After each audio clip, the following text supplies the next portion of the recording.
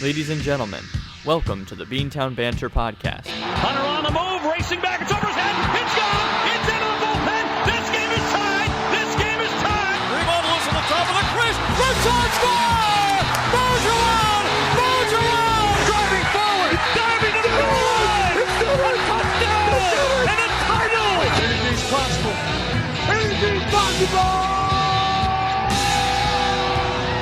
Recording live from Boston, Massachusetts, here are your hosts, Brady Gardner and Patrick Donnelly. And welcome to episode 50 of the Beantown Banter podcast, the Big 5-0. And as always, I'm Brady Gardner, joined with Patrick Donnelly. Patrick, how's it going? What is this, like take 5? It's been a few. All right, well, good to be back in the friendly confines of BU Com. And here we are, joined, not just by me. Yeah. By ETHman43, Ethan Fuller. The main man. Great to be back. Fifth time I've said that, but first time on air, so honored to be here. School's back in the works. Football season starting up. I'm excited. That's right. Ethan, our frequent third man here, is back for what will be the final episode of the show. I know, folks, it's a heartbreaker, but the Beantown Banter has come to an end. Patrick's crying over there, but no, just the fake sniffles for effect. Oh, okay, thanks. It's 50 episodes, which is a pretty impressive number if I do say so myself. But we're gonna go on to bigger, better things here starting next week, and we're gonna have more to say about that at the end. Just a little teaser right now. But with that, let's get into the show, shall we? The New England Patriots will be our first team of note, as they have pretty much the most news, and we're also going to kind of use this to get into a little bit of an NFL season preview, with that beginning next week. So let's jump right into it here. The Pats lost their final preseason game last week to give them a 3-1 record in the preseason. It doesn't really matter, but we'll go over it anyway. 31-29 loss at the hands of the New York Giants down in Foxborough. Bit of a deflating one, no pun intended, coming from the Pats. Sorry, I had to. Where the final play of the game, Giants heave one up, and there's Gunnar Olszewski to defend it. The punt return / wide receiver. He can't make the play. Giants walk it off with the win. Anything to take out of that game, or completely useless? Let's forget about it. Completely useless. Let's forget about it. I would agree. Seconded, thirded, I guess. Yeah. There. Yep. So we'll move right on from that preseason game, but a 3-1 preseason, pretty solid, and I think gives you some reason to believe in some of these depth guys for the Pats. So if there's any takeaway, I think it's that your third and fourth guys, reason to be confident in them if they're put into a spot to play. Or your ditch diggers like Gunnar Olszewski. That's right. So there you go. But some of the biggest news came. What? You have no idea what I'm talking about. I completely. He was digging a ditch when he got his tryout call. Really? He was on the job. Literally. Mm-hmm. Oh. The world I thought needs that was like ditch a term. diggers too. We're not gonna do references. Oh God. If you know, you know. Anyway, the Pats had some cuts to make, and we knew this coming all along. We've been talking about it plenty. Where the 53-man roster, a lot of competition going on for these spots, and what would it end up being? Well, some of the big names here: Brian Hoyer, backup quarterback, released by the Pats, which means Jarrett Stidham is your backup. So, fellas, your reaction to this big change here from the most important position in the game? Well, we have been hotly contesting this for the length of training camp. Yes. I'm shocked they actually did it. Mm-hmm. I wanted it to happen. I am surprised it actually happened. Agreed. Also, excuse my extremely squeaky chair that now returns to the show with us. Yeah. Back in the comm studios. That's right. Everything's the same. Yeah, Ethan? I'm surprised too. I mean, Stidham looked really good. No surprise that I guess he's the backup, but I feel like you keep Hoyer around just because he's so familiar with the system, and he'd be a good additional mentor for Stidham. So, kind of surprised. Yeah, I've always been a bigger fan of Stidham. I really think there's no point to playing or to bringing 3 quarterbacks because basically one is going to play unless it's an emergency situation. So I think why bother having 3? Just make the hard decision now rather than waiting on it and cut it down to 2, and that's what they did. So happy that Stidham is sticking around and maybe getting some increased time and exposure to Tom Brady and his greatness in the second role there. And then Brian Hoyer moving along to the Colts, which is a good landing spot for him because their quarterback situation is very much up in the air. But we'll get along to that during our National Football Talk in just a few minutes. Some other news also pertaining to kind of the Brady circle there. Demaryius Thomas released by the Pats, and then about 24 hours later, re-signed to more money. What's going on there? I'm glad he was re-signed. He showed out in the preseason, which I know it's the preseason, but considering he's on the older side, I was impressed by what he did, especially with Stidham. And in one game against third stringers. It's true. But yeah, if you got N'Keal Harry going on injured reserve, it's good to have a veteran come in, especially Josh Gordon. As much as we want him to succeed, he's always kind of a wild card for availability. So Demaryius Thomas, I like it. I have no issues with it. You're a little shocked he re-signed, but honestly, I don't see that out of the ordinary at all. Mm-hmm. I think that's quite a routine thing we see every year. One of those older veterans getting released and then re-signing, whether it's right away or later in the season. And perfectly adequate depth piece to have. Oh, for sure. I mean, even if N'Keal Harry isn't necessarily going to be playing, I think Demaryius Thomas is a good guy to have around for N'Keal Harry, especially when we're thinking about who we want N'Keal Harry to be in Demaryius Thomas's play style. So I think it's perfect. Yeah, I think so too. I just think it is strange the way it all worked out where, within just a few hours it felt like we got rid of Hoyer and then got rid of Demaryius Thomas here. And those are two guys that Tom Brady spent a lot of time with on the sidelines in preseason. So it's like we're losing guys from, Tom Brady's kind of circle of trust here, and maybe Brady's saying, hey, what are we doing here? Let's get some of my guys back, please. And then they resign Thomas. Just kind of the way that my brain looks at it a little bit, where it's like, wonder who the quarterback wanted around. So I do agree that Thomas is ultimately going to be a good guy to have around. We'll see what we can get out of him. Kind of one of those big hit or miss guys, a little bit like what the wide receiver position overall is looking like at the moment. And another two guys, I guess, that we can talk about from that wide receiver position, Jakobi Meyers and Gunnar Olszewski, both making the team. Your reaction to those? Well, Brian Hoyer was the sacrificial lamb for Gunnar Olszewski. Right. Because originally earlier in the day on Saturday or Sunday, because that was the first, correct? Anyways, sure, doesn't matter. Semantics. We originally saw Gunnar Olszewski was getting waived, and then turns out Brian Hoyer was being waived, and that meant Gunnar Olszewski made the team. So it's interesting.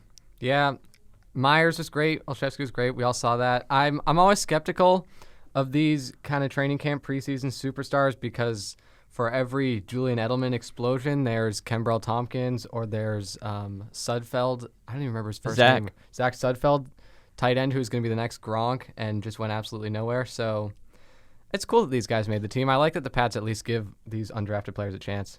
Yeah, kind of on the other end of that, though, they did get rid of some younger guys. Duke Dawson traded away for traded away with a 7th-round pick for a 6th-round pick, so the equivalent of being released. And then Keon Crossan also gone now. So those are two young guys from your secondary that are out the door. The point has been made a little bit that the Patriots had an opportunity here to get younger and to keep around some of their younger guys. Really start developing them to have that next wave of talent when these veterans, the McCourtys and Tom Brady and Edelman, Ben Watson, whatever, when they have to move along. It seemed like you had some younger guys that could have filled those roles. And instead, they're sticking with the veterans. Do you see any problem with that? Would you have liked to see the younger guys have a little bit more of a role? I wish they would have kept some of the secondary depth. They're not as deep as I expected them to be making those cuts. Like, they're not super deep at their corners. Like, you have Jawan Williams. He's pretty solid. He did well in preseason. Ebner is kind of a special teams guy. I see him on the back end. So I wish they'd stuck with Crossan or Dawson and kept one of them around. It was pretty close. It's like a rap group. Yeah. But whoa. Okay. Don't play that card. I'm kidding. Don't play that card. I'm kidding. God.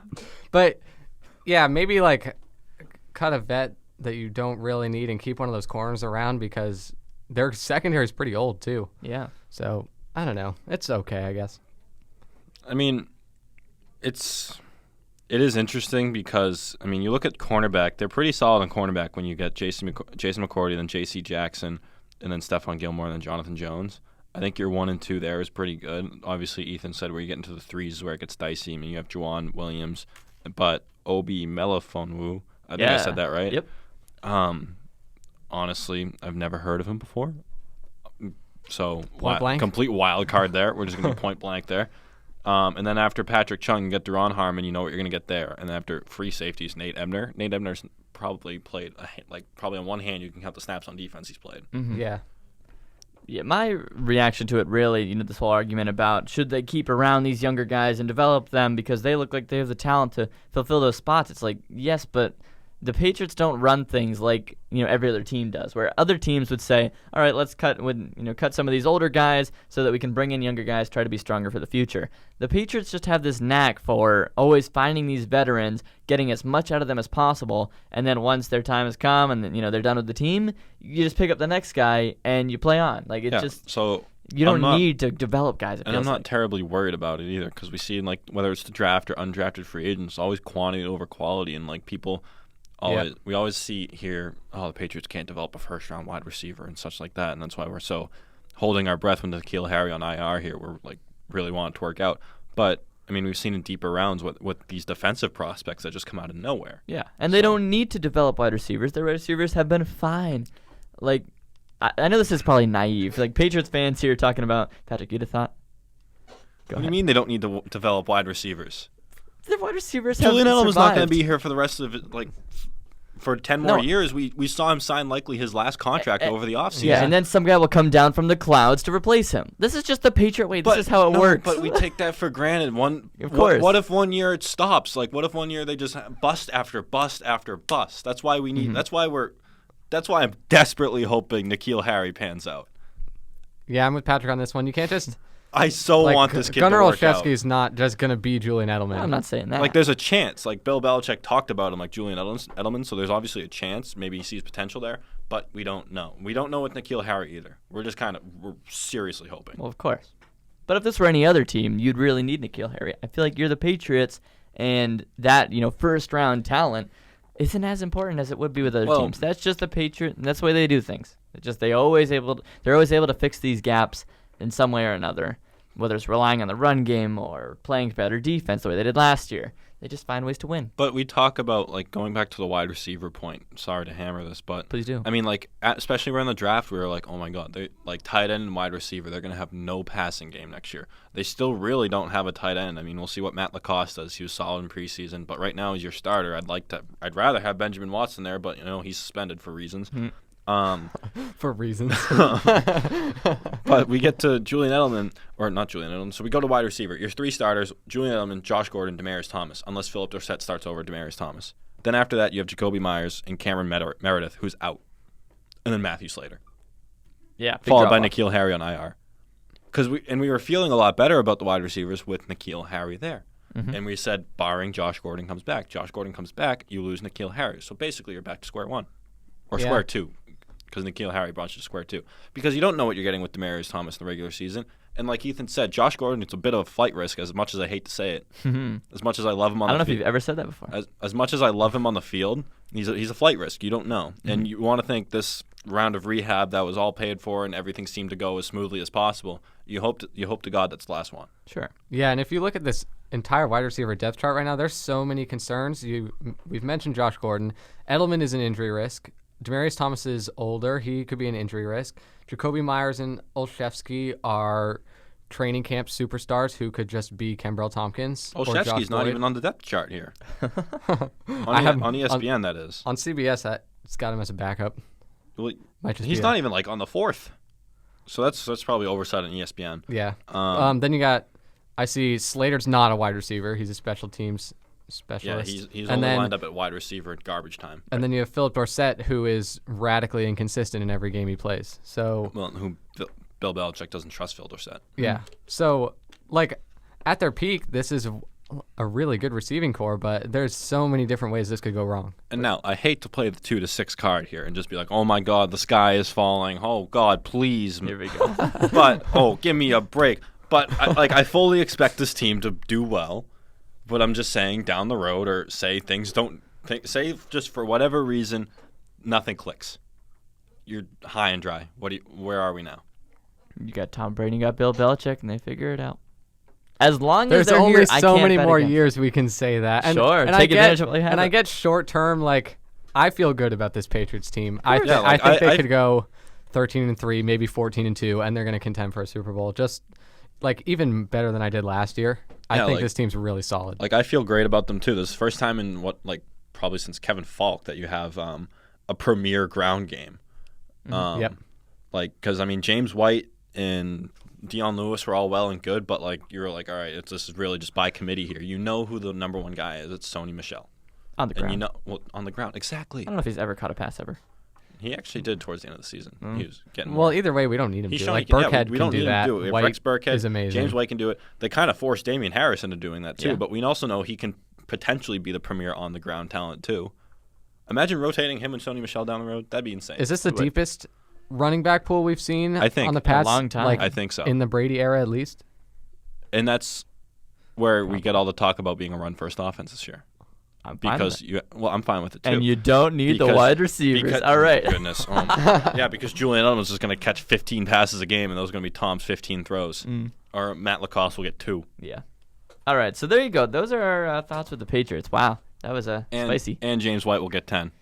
Yes. That's a lengthy Yeah. throw I count got for him in Brady, our but WTBU PPR league. Just a shout out. My team's going to be really good. Okay, buddy. Calm down. everyone's team's going to be really good after the draft. So let's transition here to a little bit of national NFL with the week 1 beginning next week. So let's do a little predicting here. How about that? Do we want to do like a minute or less on each division? Well, do we want to bring in the news that can influence our predictions now? Go now for that it. a certain running back has returned? Yes, lead us off. The Dallas Cowboys. Wait, should we wait until we get to their division? Yeah. Sure. What about the quarterback who just signed for $110 million? How about we start in the NFC? Which is the amount of money Tom Brady made in 10 years. That's funny. And he's getting it over 4, guaranteed. Wow. Anyway, we'll get to that. Let's start AFC East, though, because this will be an easy one. Patriots running away with it, right? Easy. Well, What? No, they're gonna win it. It's not gonna be that close, but they're not. It's not like the Jets or the Bills are gonna be tire fires this year. I think they'll be like mediocre. Sure. The Dolphins obviously are gonna be a tire fire. They're tank city right now. I think there'll be one other team with a winning record. Like Jets or Bills will have 9-7. I think.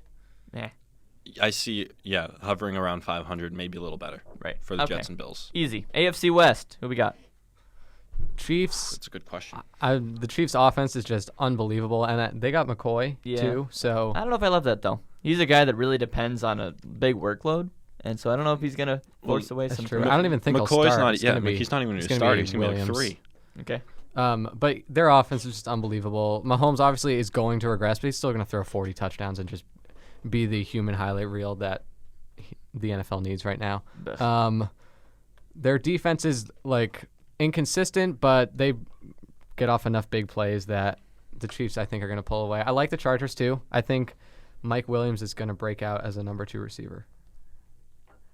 Yeah. I agree with the Chiefs taking away that division. I mean, obviously, you want to say the Chargers are in the mix, but without Melvin Gordon, it's like, all right, how serious are we here? Because Phillip Rivers is regressing. We've seen he was great last year, but honestly, it's him and Tom Brady, like some of the oldest guys in the league. What are you going to get?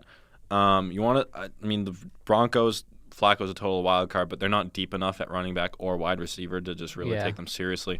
Same thing with the Raiders. I mean, you got Antonio Brown. Whoop-de-doo. Where's your running back? And their defense is horrible. Yes. Yeah, big drop off there between the top 2 and the bottom 2. Anyway, AFC North. I'll take this one. Ravens, and I know Ethan likes that pick too. I do. I like that pick. I'm glad you went with it in your YouTube preview, kind of. Thanks for the Great. Yeah. That was Brady plug. GTV, quick plug. Thanks, Patrick. That was a good watch. This is You great. can watch the simulcast over the summer from the Beantown Banter podcast. Wow, this is great. Enjoy all the good times I'm that we enjoying had in this podcast before we start now.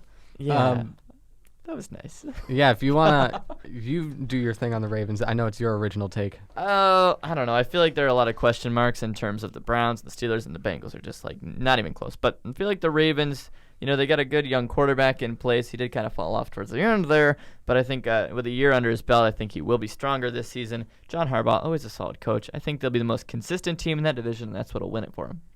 I like it. Boom.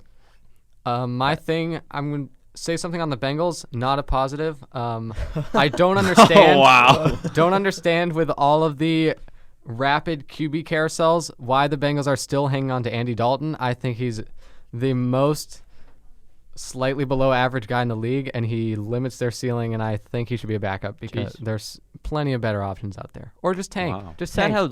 how low AJ Green has gone too. Yeah, well, he's been hurt a lot, too. He's been hurt. He's still a top 5 wide receiver, or He's top. I don't think so. well, top 10. the quarterback brings him down. I'd say Generously top 10. top 10. I said generously? Generously? Yeah. No, absolutely not. No. He's falling off. Only reason he falls out is because he misses 3 to 4 games a year. True.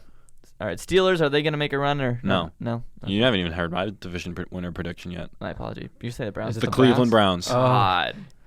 He's bought in on the hype. I've totally bought in the hype. Baker Mayfield showed what he can do last year. I mean, it was a little dicey at the beginning. He was just kind of okay, and then He man, didn't even start, right? He didn't start, but when I'm talking about when he stepped in, Okay. he led the team to their first win in over a year. I think maybe over 2 years. And I don't know. I'm just buying into the hype. Nick Chubb. Oh, they won a I don't know. game. Oh, they won a game. Man. Whoa! What But a milestone I mean, you look for at the Baker. depth chart though. So you got Baker starting.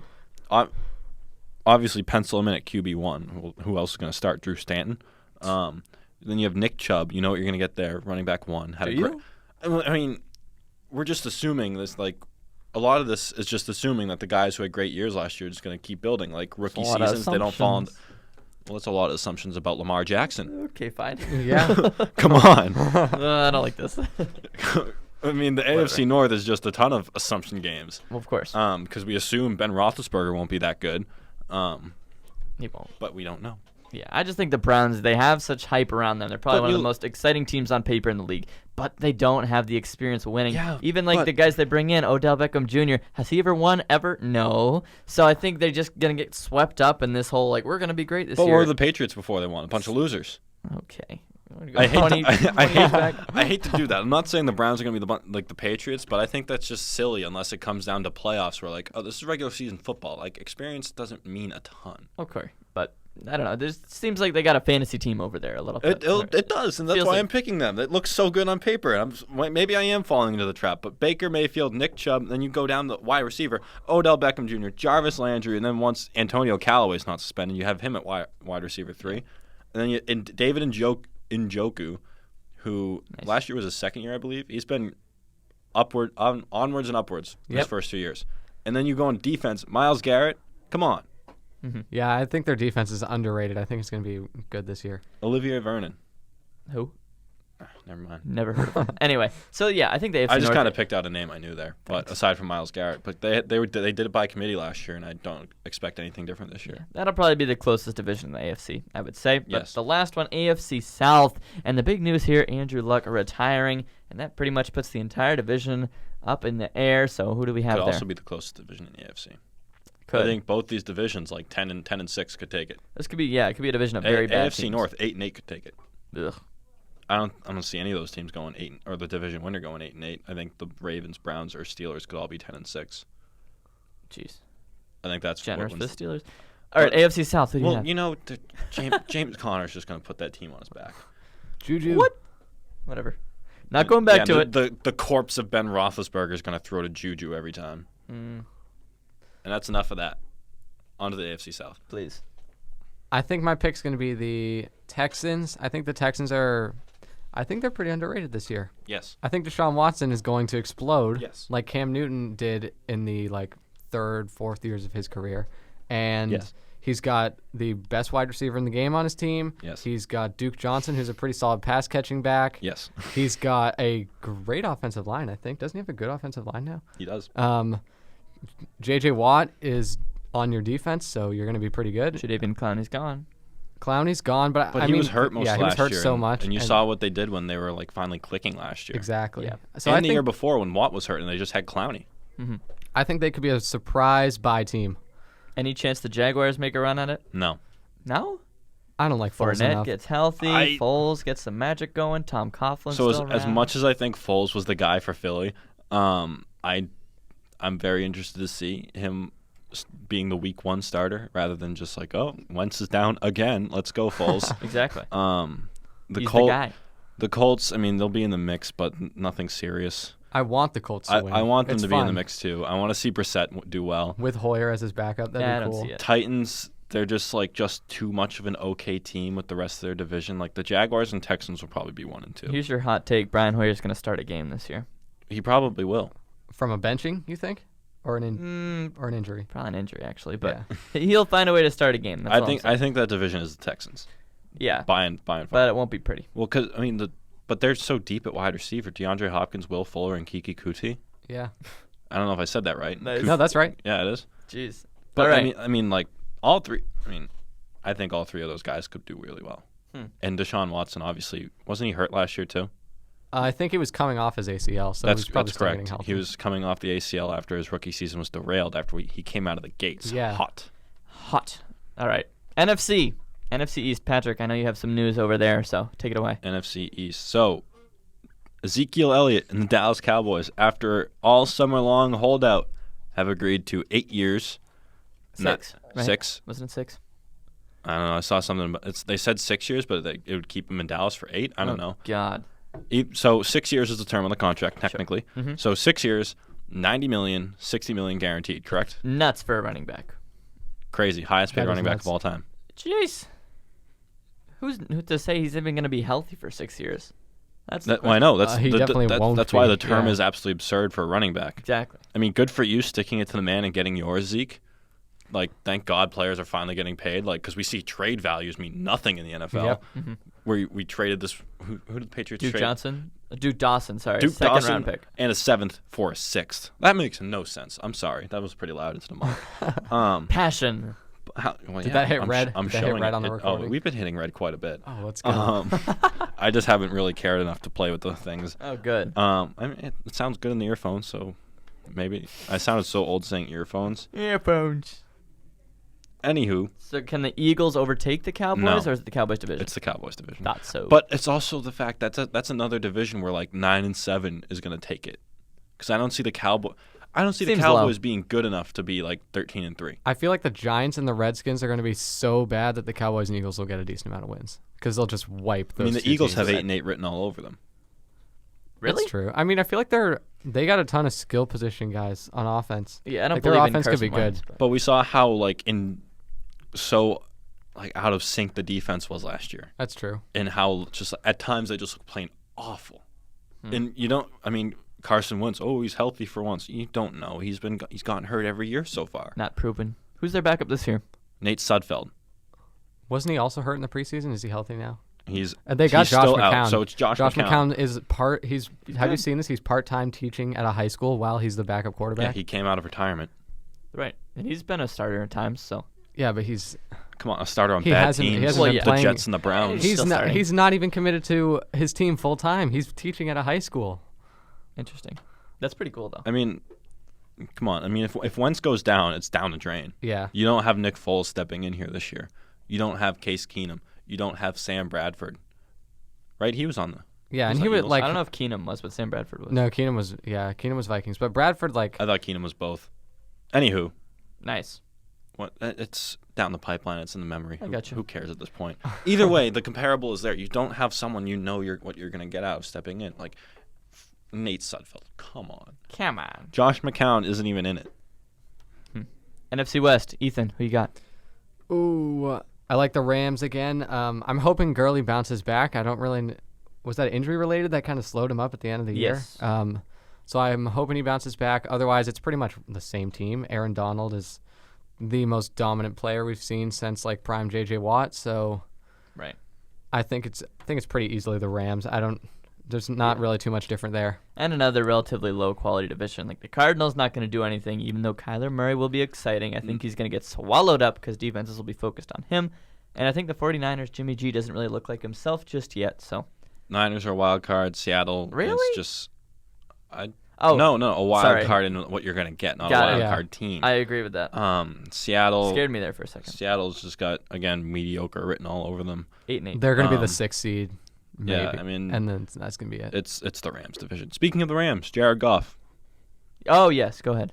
I don't know the specifics, but it's 4 years and $110 million guaranteed. Which is nuts because he's not good. What a spectacular system quarterback deal! Like, Yeah, I'm I trying know. to think, I I'm trying to think know. of who I can compare to him. Tom Brady. Matt Ryan is better than Jared Goff. Well, no, Matt Ryan's like consistently like the number one fantasy quarterback out there. So Yeah. he's clearly not a system QB.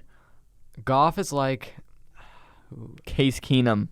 no, Just, no. like, He's better random. than Keenum. He's better than Dalton. He's like He makes like 2 throws a game. I'm Like trying to that think. really matter. I'm trying to think who's like the most boring quarterback that we've seen over the last like 10 years. Ryan Tannehill was pretty boring. Like if you gave Ryan Tannehill $110 million, I like that, guess actually. that's Jared Yeah, he's- Goff. Alex Smith. Alex Smith, exactly. Although I guess Goff is like a different style of player, but same mean, level. He's weird to me. I mean, like, I don't think he's good enough for $110 million up front. I don't think he's bad enough to just be like, oh, he's a system QB like Ryan Tannehill. But he's just so in the middle. Yeah. Like, he'll explode every now and then like the game will be won because of Gurley in the defense. Yeah, I think that's the McVay effect there. It is. McVay's probably like, I've spent 2 years with this guy already. You know, we're deep enough. Let's just keep going, and I'll develop him into whatever. He's gonna be this Jared Goff for the next 6 years, and the entire time the fan base is gonna be like, guess he's good enough to keep. Like, he's solid. He just doesn't have the wow factor for me. Yeah. Like, Yeah. No. It's just so weird that he was a number 1 overall pick. Yeah, I mean, it's so hard to describe because I don't want to undersell him. I think he's a good quarterback. I just don't see him as a $110 million player. No. I don't see him as a top tier quarterback. I mean, I guess last season performance, he was really good last season when he actually threw the ball and Todd Gurley didn't get every snap. But I mean, I just don't know. Like, he has so many weapons too. Like, yeah, Robert Woods, Brandon Cooks, Cooper Kupp. Yeah, and he's in a stacked offense, and he just kind of, like, his rookie season he was awful. But that was also because he just got got thrown to the Wolves. And Jeff Fisher's like the worst coach of all time. Yeah, so he got thrown to the Wolves with Jeff Fisher and really not a ton of weapons. And then we see his second season where where the team takes off, but he's again just kind of like the placeholder quarterback because you have Todd Gurley and then you have all those weapons. And then last season is where we see him take off, but we also don't know like who's it a product of. Is it him? Is it the system? Is it the roster? Yeah, he's adequate, but I don't know if adequate is worth $110 million. So NFC North. What do we think? That Bears, right? Bears. Yeah. Yep. Do we think Trubisky gets big time? He had a lot of flashes last year. I don't know if they need him to, so no. I think he'll still be good. Maybe top 15 quarterbacks. Yeah, I mean, like Goff's top 15. He's like Jared Goff to me. He's like but I think understated Jared Goff. But I think Trubisky did more for the team last year than Goff did for the Rams. True. I feel like Trubisky's a little bit flashier too. Yeah. Well, you also didn't see so Trubisky has less to work with. His number one receiver is Allen Robinson. I mean, I guess he has Taylor Gabriel, but I mean, that's so inconsistent. He's the occasional deep threat. And then like you look at, they had a running back, Jordan Howard. Last year was just a complete mess with how they used him. And like this year you have David Montgomery, who you drafted, Tariq Cohen. You know, he's your pass catcher. And I don't know. I just saw more Mitch Trubisky do more for himself last year. True. On his own. So can the Packers or Vikings make the playoffs as a wild card team then? I think the I mean, I feel like you always got to put the Packers in it just because Aaron Rodgers is on the team. And they actually have like a flashy bit of wide receiver this year. Yeah, Devontae Adams has taken off. Yeah, so I feel like they're going to be in the mix. Who knows with this first year coach? Like they could be. I don't see them worse than like 7-9, but they could easily like just be a super average team. All depends on the health of the quarterback. That's what I'm saying. And you need Aaron Jones to do it again. True. Vikings, another mediocre year. Vikings, it all hinges on Kirk Cousins. Yep. Oof. That's a which I don't know. I don't know if you want Kirk Cousins to be the guy that everything hinges on. No. All right, last division, NFC South. Saints. Another close one. I mean, the Panthers. The Panthers are going to be in the conversation, but it's the Saints to lose right now. This is tough. I think the Falcons are good. Nah. I think the Falcons are really solid. I don't know if they're better than the Panthers and Saints, though. I think their offense is better. Yeah, I feel like their defense is pretty bad. And you also don't have a defensive coordinator. Yeah. You have Dan Quinn calling the shots. Yikes. Which is a big yikes. A guy who you know how incompetent of a head coach Dan Quinn is. Yeah, he blows 23-point leads. Yeah. 25 because he's stubborn and doesn't adapt mid-game. Yeah, I think it's going to be the Saints as well. I think, last year the refs did them dirty in that NFC Championship, so I think they've still got a lot of pieces there and should be fine. The Panthers win the division if Drew Brees just comes out as a shell of himself, which I doubt happens. Yeah, or gets hurt. Or if the running back situation isn't great because they don't have Mark Ingram anymore. So maybe Kamara struggles. They don't have the two-headed monster anymore. If he's the only guy, maybe he struggles. I don't know. And even then, but then again, how much of a two-headed monster was it? Because once Kamara fully took it, and they were just so frustrated with Ingram, he barely saw the field. It's true. Yeah. So there you go. Those are all the divisions. Any long-term Super Bowl picks? Just because we're just. You got to pencil. Obviously, there's an eraser on that, but you got to pencil in the You got to pencil in the Patriots yes, here. Patriots one side. You got to pencil them in. Yeah. There's no way. I don't know. I don't even know a team that I guess the Browns have the upside to challenge them, but Well, yeah, on paper they do, Yeah. which is my whole thing of them winning the division. But on paper, I don't think they actually would. I don't know what team. I mean, the Texans, Texans and Chiefs. Yeah, like it's probably Pats Chiefs AFC Championship again. Yeah, it's Patriots / Chiefs. You can just write them in. I mean, I'll take that. That was a great game last year. That was probably my favorite game of the season. Yeah. NFC? Don't Rams. sleep on the Cowboys, just saying. Well, we saw them get good once they actually utilized Amari Cooper last year. Right. So, who knows? They can sustain it. I mean, a lot of these teams we're picking, it's just all hinges on the question marks panning out. Yeah. Especially even the Patriots, too. Oh, yeah. We talked about the that. The Cowboys need everything to go as well as it did for the last half of the last season again. Mm-hmm. And you could say the same thing about the Bears. Like Mitch Trubisky has to do it again. With the Rams, they could probably get away. Well, no, the Rams can't even get away with Gurley this year because he has that lingering, isn't it ankle, I think? I think it's ankle. Yeah. Some degenerative issue there where, like, you don't know, like, he could be out on any given week. Yeah. And so you're going to need Jared Goff to be the $110 million man. Mm-hmm. All right. I would say the Saints. I just think, they're due for one here.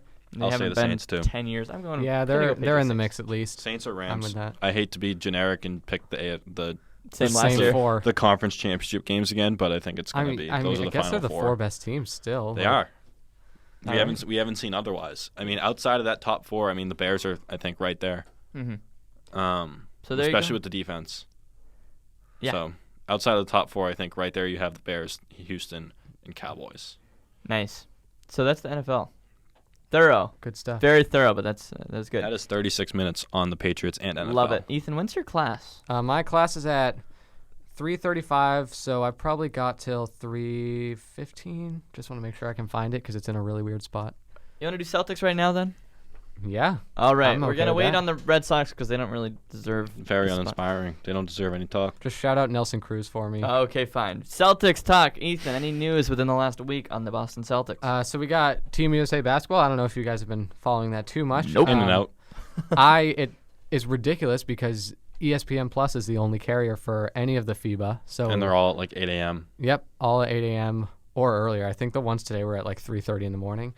And I'm not doing that to my sleep. But Celtics played, Team Celtics pretty much is Team USA. You got Kemba Walker. I think he's been playing well. Jason Tatum, great game against Turkey. It was a nail-biter against Turkey. They almost lost. Tatum was fouled on a buzzer-beater 3 attempt that he missed, and he got the chance to tie it right at the end. USA won that 93-92. Tatum hurt his ankle. Gave everyone a little bit of scare, but Sprain. However, Yeah. says he's fine. all that I've heard is that it's not a huge deal. So, Out at least next to. yep. Training camp's gonna be October 1st.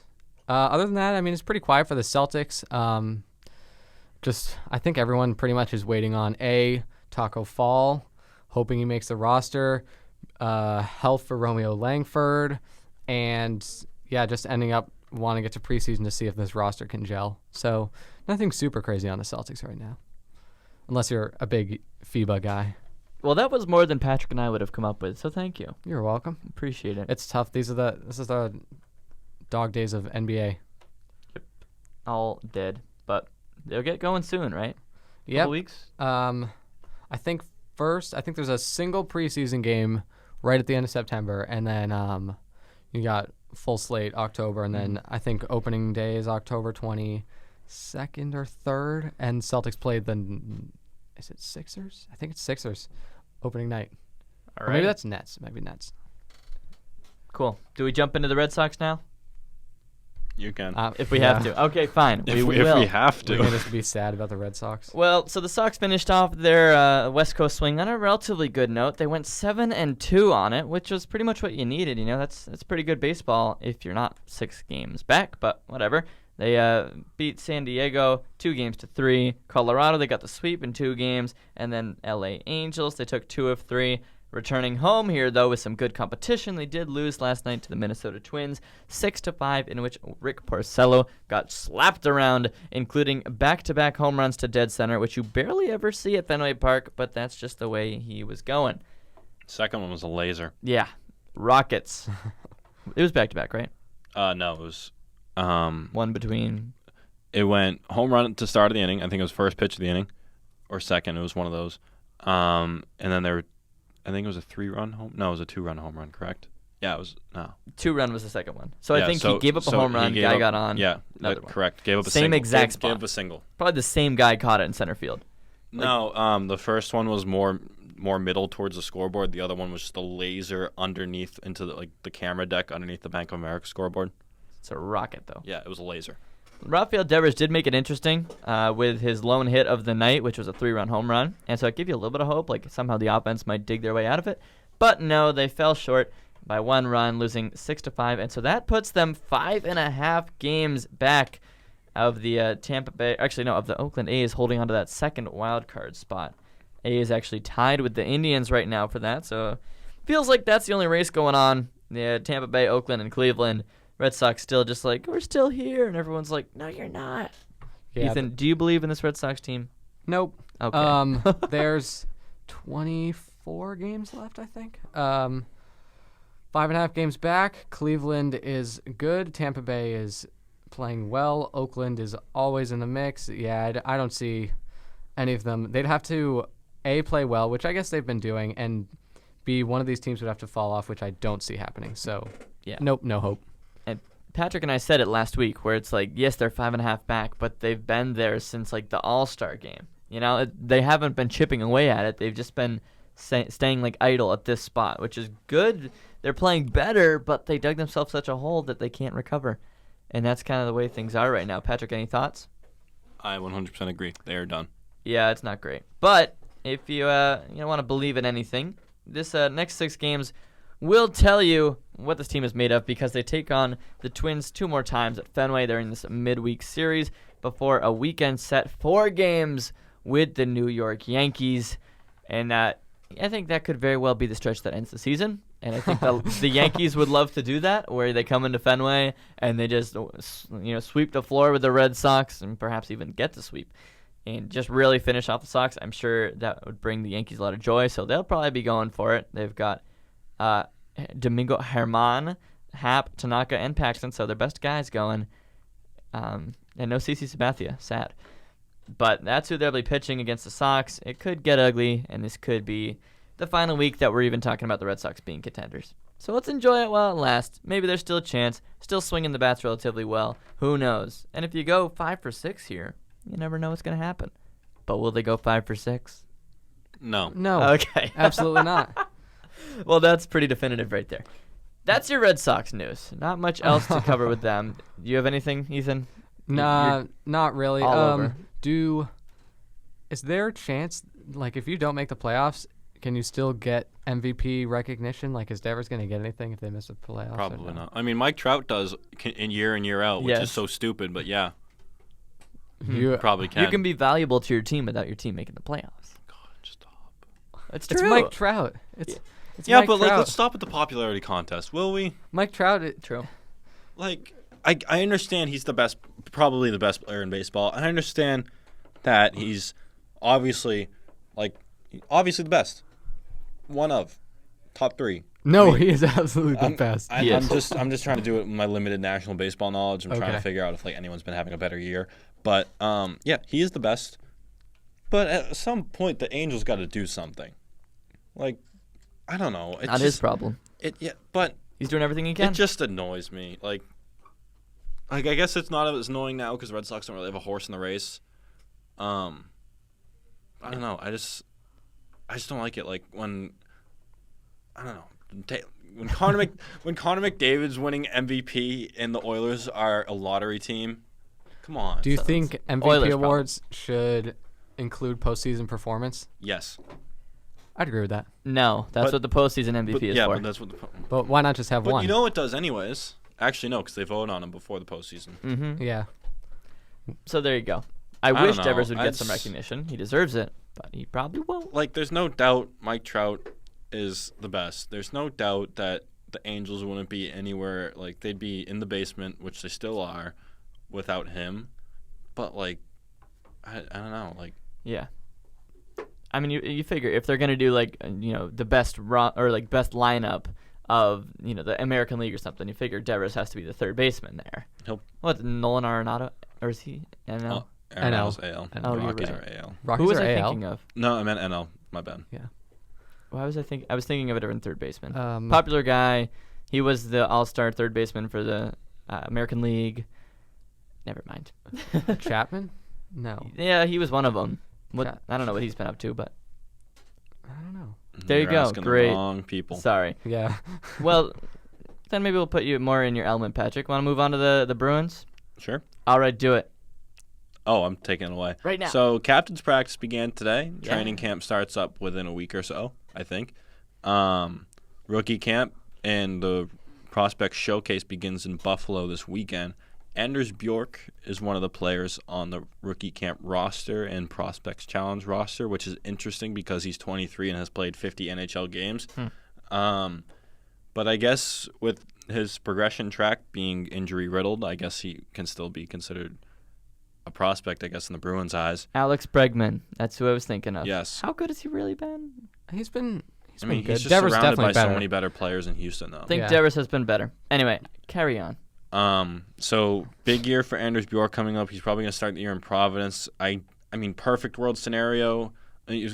So sorry to bounce around here, but he'll begin in Providence, likely to get his legs under him because he did miss pretty much all of last season with another shoulder surgery. After that, knocked him out of his rookie season. So you'd think he'd start in Providence, get that confidence up, get his legs under him, rack up points, show what he can do, and maybe if there's a chance on the big club, if there's still a black hole at right wing, then sure. But in a perfect world, if he didn't need to get his legs under him, he could just right back to where we know he can be. I'd put him at first line right wing next to Patrice Bergeron, Brad Marchand. Jeez. That way, you move David Pastrnak down to 2, Carson Kuhlman is 3, and Chris Wagner is 4. All your right wing problems solved. Anyways, there were reports earlier in the week from Brian Lawton of NHL Network that David Backes would be hurt to begin the season. However, he was at captain's practice today, fine. His agent said he's fine, so you can put those to bed. And other than that, notables at rookie camp, no one really gets crazy about it. It's hard to watch them. They don't really broadcast them live unless you're in the Buffalo market because that's where it is. They post them on YouTube. I don't know how soon or when they get posted. Anyways, notables on the roster: Jack Studnicka, Kyle Kaiser, among others. I think Jacob Lauko's there, and I guess Zaboral, Vakanainen, and Lozon are considered prospect graduates. They will not be at that camp, even though Anders Bjork is, which is weird to me. But yeah, we're just finally getting a taste of hockey back. That's nice. We had skates on the ice at Warrior today. That's good. Just got to sign a couple guys. You do have to sign a couple guys. Please. There were reports that talks between McAvoy and the Bruins were progressing. David Krejci said today he knows he knows Brandon wants to be there. He knows Charlie wants to be there. It's just a matter of them coming to a deal. Well, they'll be there this season, right? That's guaranteed. If they put pen to paper before December 1st.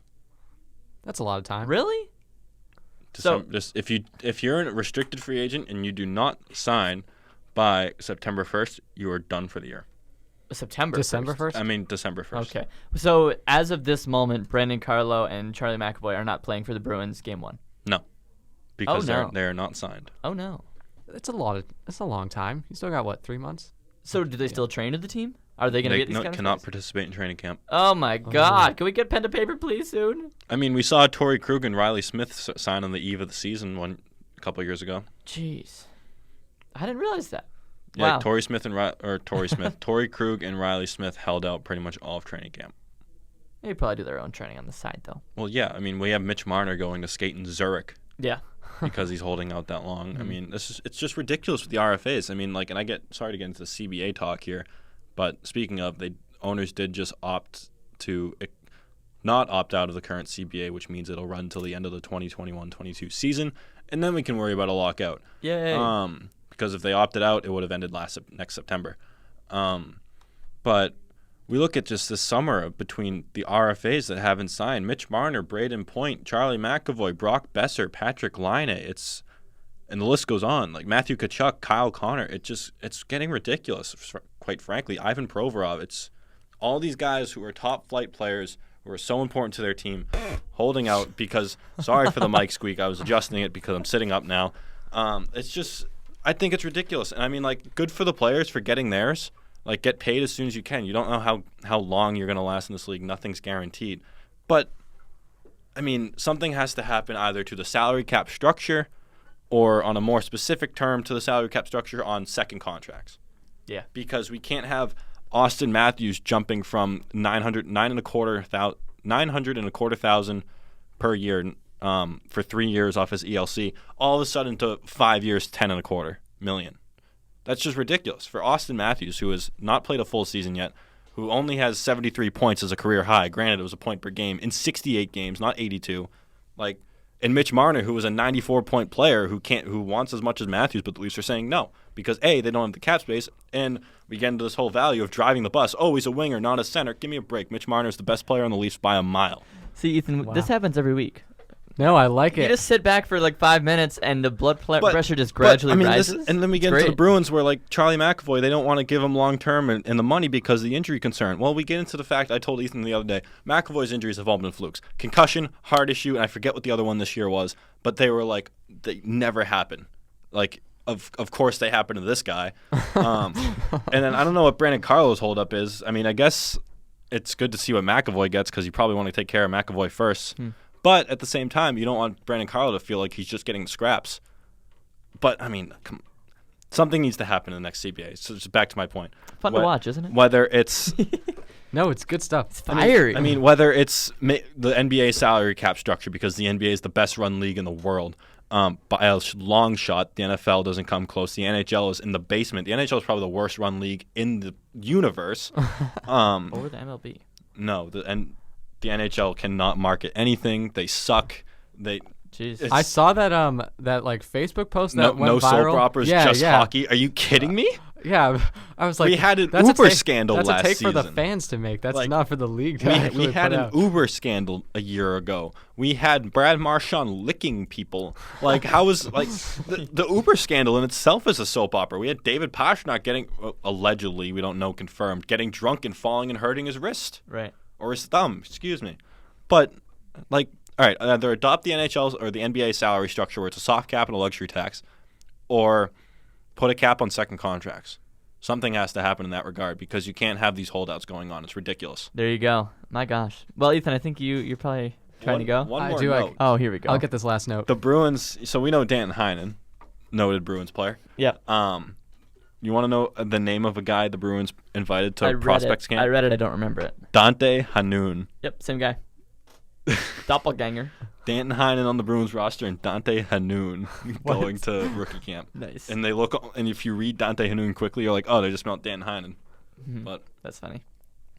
There you go. A lighthearted note to close us out there. Well, Ethan, I like it's been a pleasure. This is your last appearance ever on the Beantown Banter podcast. Hope you realize that. I'm sad. I hope there's some mysterious opportunities in the future, maybe coming along. Yes, there are. oh, I wonder what it could be. Can we get your favorite moment from your time on the show? You got Oh, one man. off the dome, Oh, right off the top of your When did head. he get into it? Then NBA trade deadline, he was really into it. Around there. Deadline, I was into it. Free agency was a great one. That Skype session Yeah. with we got on there right after Al Horford signed with the Sixers. And we were roasting Yeah. Kyrie. Yep, that was a good session. It was fun, even though I don't know that much about hockey. Listening to Matt Castle, that was pretty cool when you guys had him on. I think I was on one or two Yep. of his sessions. Let's see. Yeah, I think those are probably my best ones. I mean, we had a bunch of things that didn't make the final cuts either. Just like Like today, we had this Yeah. is take 6. today was a really solid. Whatever. But really appreciate it. Thank you so much. It's always a great time. It's been a pleasure. Thank you for joining us and for being our Celtics spokesman on this show. We appreciate that, and we look forward to seeing you on whatever these future opportunities may entail.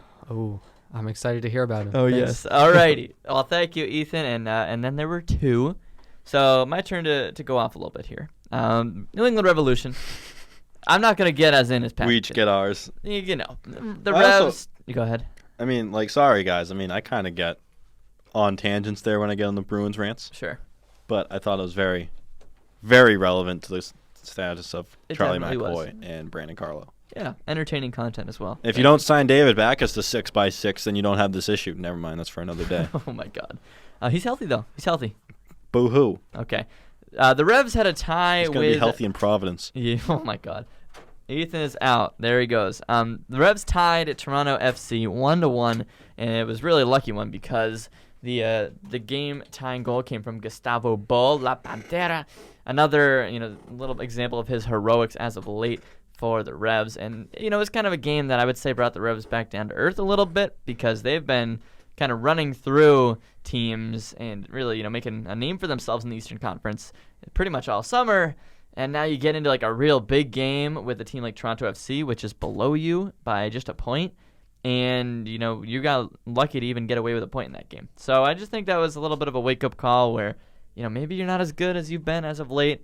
And, this is a team that's below you. What's going to happen when you have to take on a team probably away in the playoffs that's, above you? That's just my thought with the Revs.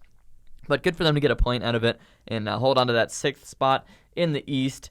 They're still 3 points away from hosting a playoff game, which would be huge. I know Gillette Stadium isn't the best soccer atmosphere, but it's certainly better than going somewhere like Atlanta or DC. So we'll see if they can make a run for it there with just or a Toronto, few games they to go. get into it up there. They do. They love their soccer up in Toronto. Eh? I brought in an MLS point. There you go. That was nice. That's my quota. Chip it in. Thank you. I mean, the chair had its quota. The chair is making a ton of noise back here, saying goodbye. That's right. We're gonna be in the same place. Anyway, so that's the Revs note. Maybe they can, make a run here. They got NYCFC coming up today, or not today, this week. That'll be Saturday? Saturday. And that team is up in 2nd in the East, so that'll be a bit of a challenge there, but we'll see if they can get something out of it on the road in Yankee Stadium, which I never understand why they play soccer there, but whatever. So that's what we have for New England sports. You have any national things, any big national news that happened? Clayton Keller signed with BU alum. Clayton Yeah. Keller signed 8 years, 7.15, I believe, with the Coyotes. Sheesh. Hey, an RFA sign, guys. Yeah. Floodgates will open. No, they won't. Oh. I don't even know if he was an RFA, but either way, he got extended in Arizona. Good for him. He's going to be a real good player. He already is a real good player. Real good player. Yeah. Good player. Had to get that in one more time. Had to. I mean, we're saying goodbye to Beantown Banter here, and Beantown Banter has been a very good player for us all these months, and all we could ask is that he put in his work, which he did. He was a good player, good man, and we're just looking to be the best we can be tomorrow against a good team, good men. We'll bring it back with the new show tomorrow. All right, or Mike. not tomorrow, next week. That's enough. With a bunch of good players, good team, good men. Mike Babcock on the show. Wonderful. Great. Okay. Thanks for joining us today, Babs. Good luck. Toronto sucks. That was a little aggressive. I like Mitch Marner. I like Matthews, as overpaid as he is. But sorry for the aggressiveness there. That's all right. But that was the Bruins bias showing up. But I guess I can't really show the fandom on the No, it's okay. on the journalism side of things. That's all right. We don't mind. We're a Boston sports podcast. Babs, you're overrated. Let me just say that before you leave. All righty. Well, I think the time has come, Patrick. I think the time has come to say goodbye to the Beantown Banter podcast once and for all. Let's not. Yeah. So, we asked Ethan one of his favorite moments, and he gave us a few. So, you have any on your mind? I've got a couple. Well, obviously it didn't make it to the airways, but when we started and I swatted my coffee off the table. That was the first on my list. That was incredible. I mean, It was the Super Bowl there's show. no stains there, but hey. Right after the Super Bowl, we're ready to go, and you got all I was trying to enthusiastic. explain how I thought the AFC Championship game was better than the Super Bowl, and you didn't have any of it. Yeah, you swung the arm and shot a coffee across the room, and we spent 10 minutes cleaning it up. Directly into the wall. Good times. Other things, the NFL trade deadline episode was definitely a classic. The NFL trade deadline? Sorry, NHL. I was like, the NFL trade deadline sucks. Yeah, well, you know what I mean. NHL trade deadline. When we, recorded right over the deadline, and we had the Charlie Coyle and Marcus Johansson. Actually, more Johansson. And we have the "We're Getting Excited" soundbite. That's right. That's one of the most A historic little soundbites. tease. Tease there. A little tease. We're getting excited. So that's those were good times. The Skype calls all throughout the summer. Some were better than others, to say the least. But Yeah, I mean, we kept it going. Also to, I guess, I don't know, correct your take there. Oh, We watched the Marcus Johansson trade happen real time. Charlie Coyle was the night sorry. before. Yeah, we reacted to that one, and then Oh my saw God, this the chair is Johansson making one sure it real gets time. his. What was I gonna say? Whoa. What? So, I'm sorry, just this headline here. Florida police warn of cocaine washing ashore due to Hurricane Dorian. That's enough. Oh I think my that was gosh. worthy of being read. That's just such a wild headline. Yeah. More positive news. We saw 2 championships during this podcast. We did. That was Almost a pretty good. third. I'm still not happy about it. David Krejci said he's still Sean Corrali said he's still upset about it. Of course, why wouldn't you be? David Krejci said he tried not to think about it, but every now and then he would get reminders. You're a hockey player, buddy. Seeing an article or even hearing a song that would remind him of it, of the playoff run. Even lacing the skates, probably. Yeah, it's probably impossible for each guy that was there today, aside from Adam McQuaid. Sure. Oh, wait, what? Adam McQuaid was at captain's practice. Why? Because captain's practice is unorganized. It's not. They like him. It's not out of the ordinary for other guys. It's just like a there. workout, I guess. Okay. Yeah, it's just skating with the buddies. Interesting. I've been enlightened. So yeah, those were some of our favorite times on the Beantown Banter podcast. But we're moving on to a new show, everybody. That's the news. We have a new show. Yes, Patrick? I mean, it's too late now, but I was going to say you have 15 seconds to fit it into the hour mark. Oh, perfectly. God. And now we are over the hour mark. Dang it. Why didn't you tell me? Whatever. New show, Patrick. You excited? Yes. Yeah, it's going to be good. We're rebranding slightly.